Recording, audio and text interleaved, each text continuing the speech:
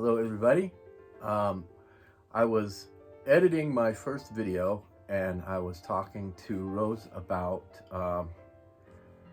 what people might want to know, what questions I would want to answer, and asked her if she had a few questions that she thought people might be interested in. And it kind of turned into a thing where we felt like we could just do the video of all of it, and she could help keep me on track that way as well. So thanks for helping me out. Absolutely. All righty. So we made a whole list of questions for you to ask. All right, so let's fire away. I'll do my best to answer the questions. So I think the biggest question that I hear from friends and coworkers and family is how do you deal with depression?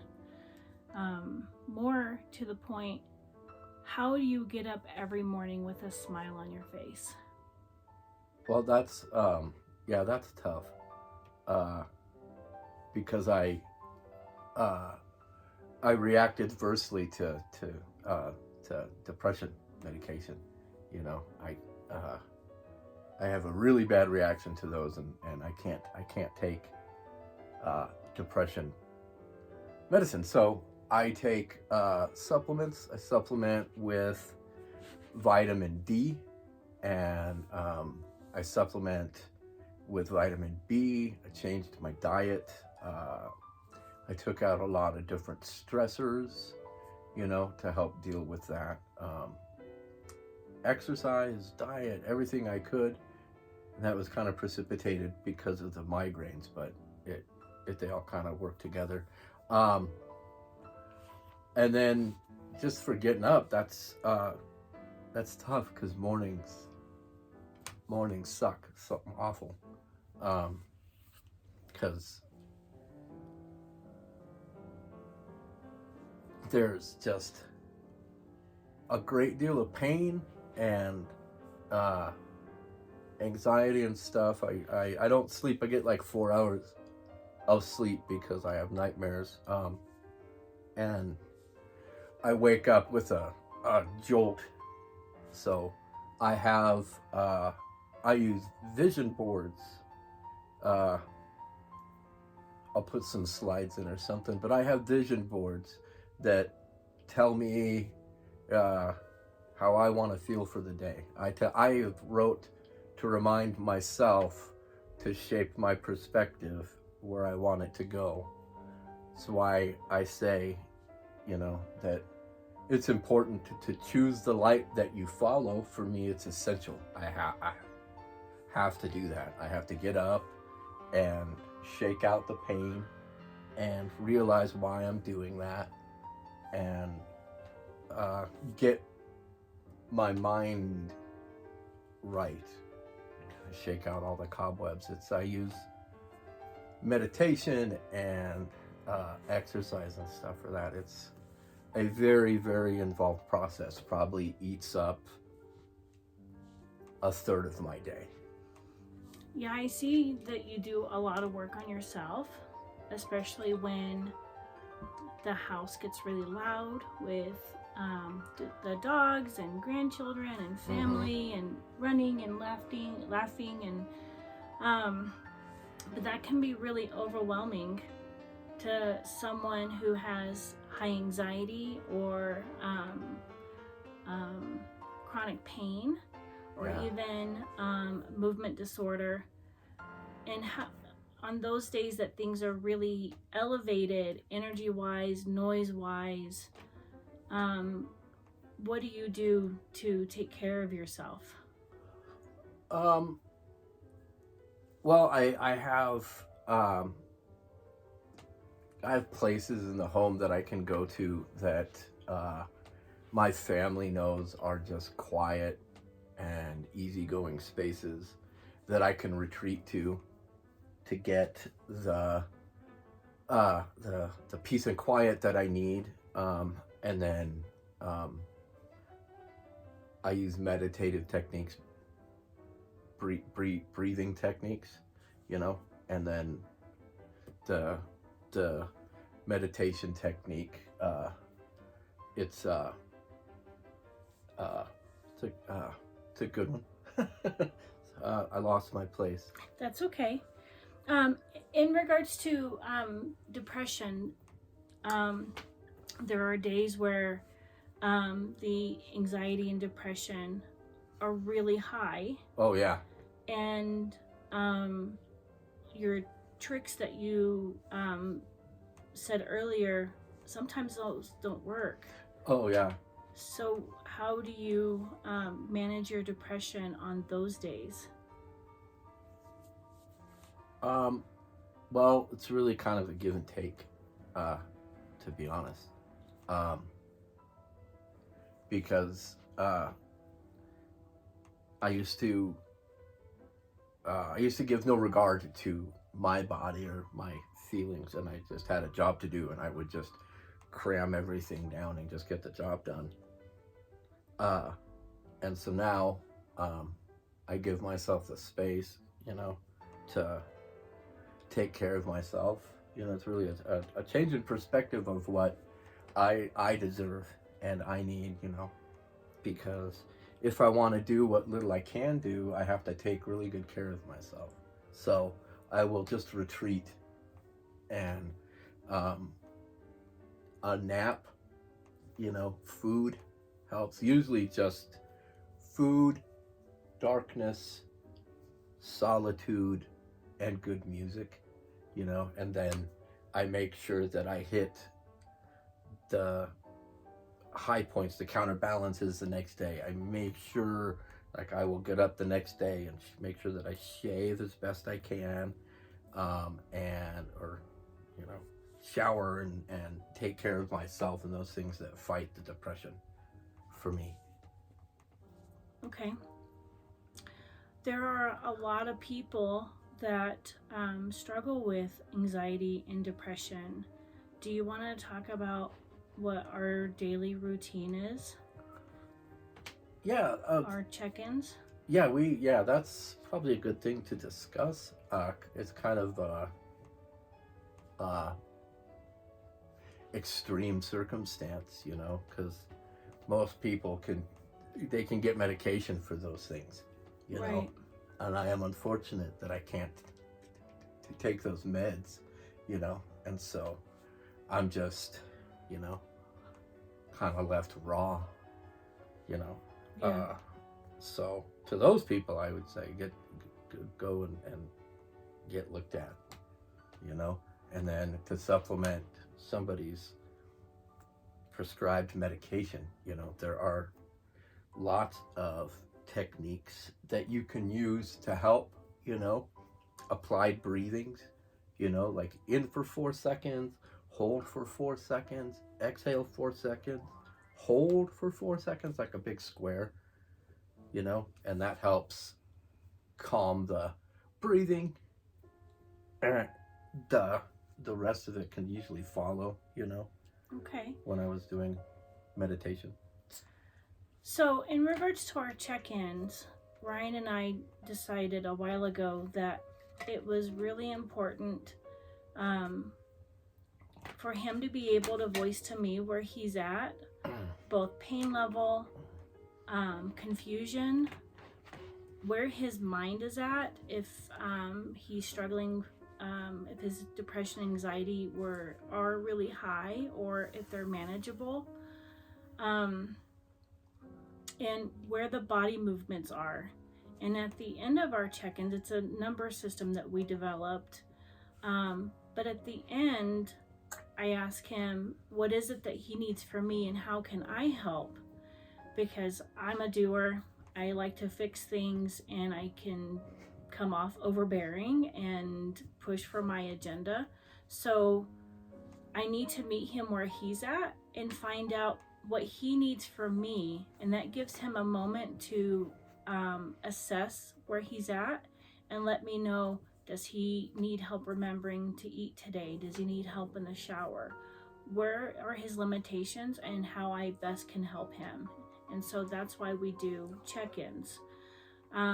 Also, through us researching about depression, most people don't understand what anxiety in depression are. A lot of people, when I mention anxiety, they say, well, what is he so anxious about?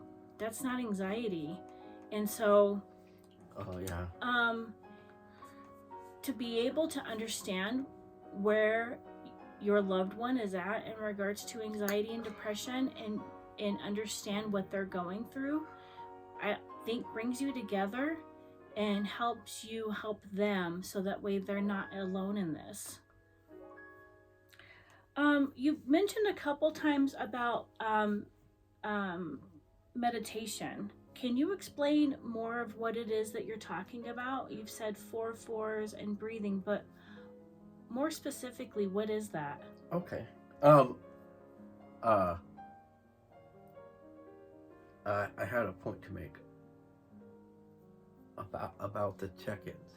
Sorry. No, it's okay. I didn't let you know.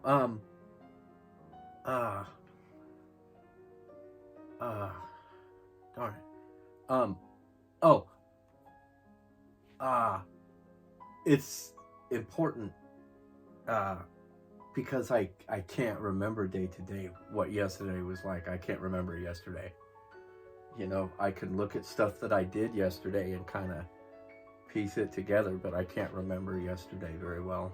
And so I can't remember how I felt yesterday. I can't remember what my challenges were yesterday. It's hard.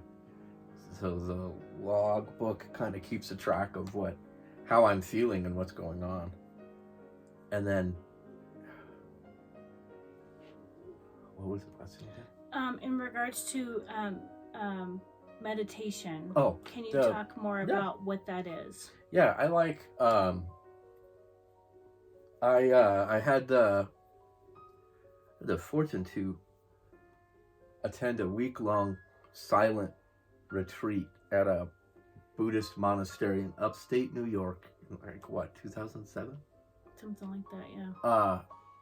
And to prepare, I was taking a meditation course called the Dharma Path through them, where we learned a meditation called Shine.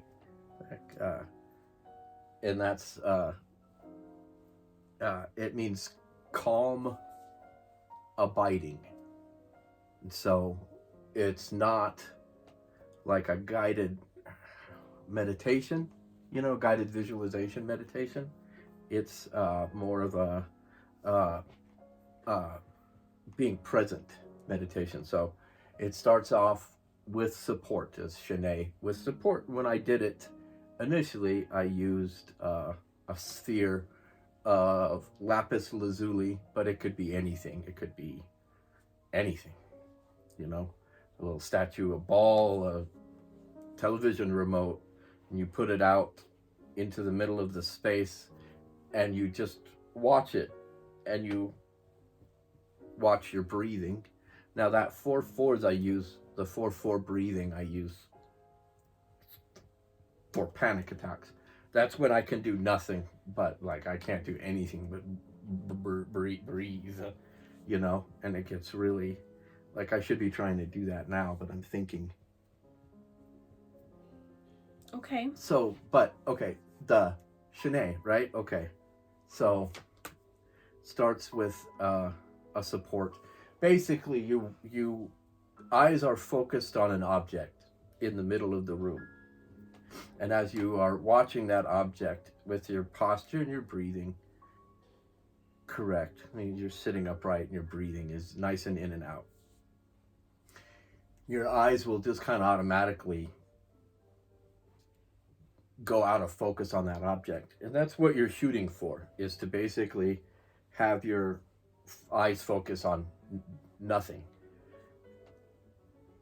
And in that space, you find that you are connected to everything, in that space, I have no more importance than anything, and nothing has more importance than me.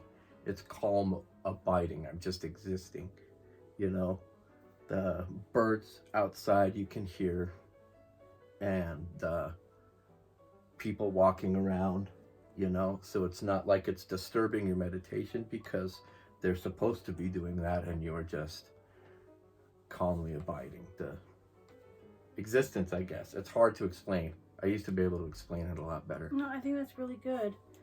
Is Shanae the same thing as when you're walking and you're paying attention to each step along with your breath? Okay. That's walking Shanae. So that Lama Dechi out at the monastery taught us that it's a walking meditation where your hands are in front of you and the energies are moving. It's like the Lemniscate? yeah, right? And then so your energies are doing that, and as it's a giving and taking, because as the foot falls, the next foot lifts. So as you're connecting, you're disconnecting at the same time. So as you're grasping, you're letting go, and that's all through life. Okay. We're almost out of time. Is there anything that you wanted to recap in regards to depression, anxiety, or meditation? Not really. Just that, if you are struggling with depression or anxiety, seek some help. I feel like I should have sought help earlier, and I might not be as bad off as I am now if it was more acceptable at that time for men to seek mental health and counseling. At the time that I needed it, it was really looked at socially as a weakness, and I can tell you it would have been much stronger on my part to have just gone and sought the help at that time.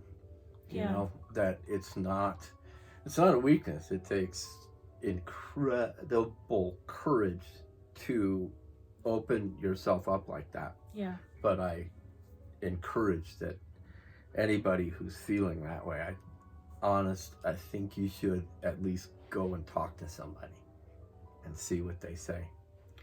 Well, thank you very much for opening up, and I know that this is really hard for you, and I appreciate you taking some time and answering questions. I believe in that. I think it's important, to normalize some of these things. We don't see this. Normally we hide this away. Oh, don't look. No, this is how I am. This is me, Yeah. But I think it's important to talk about that and to show that,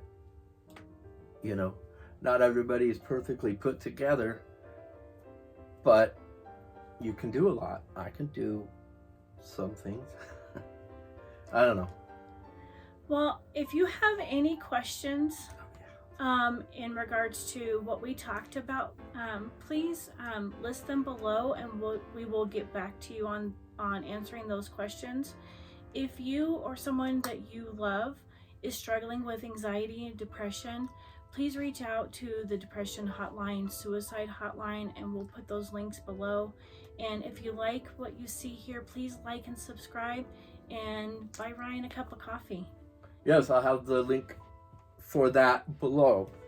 I got my first donation today. It's great news. Thank you, Jana T. Thank you, darling. And everyone, thank you so much for your support. Your love and compassion is overwhelming. And we couldn't do any of this without your love and support. So be well, be loved. Take care of yourself. Love yourself. Believe me, you're worth it. Bye.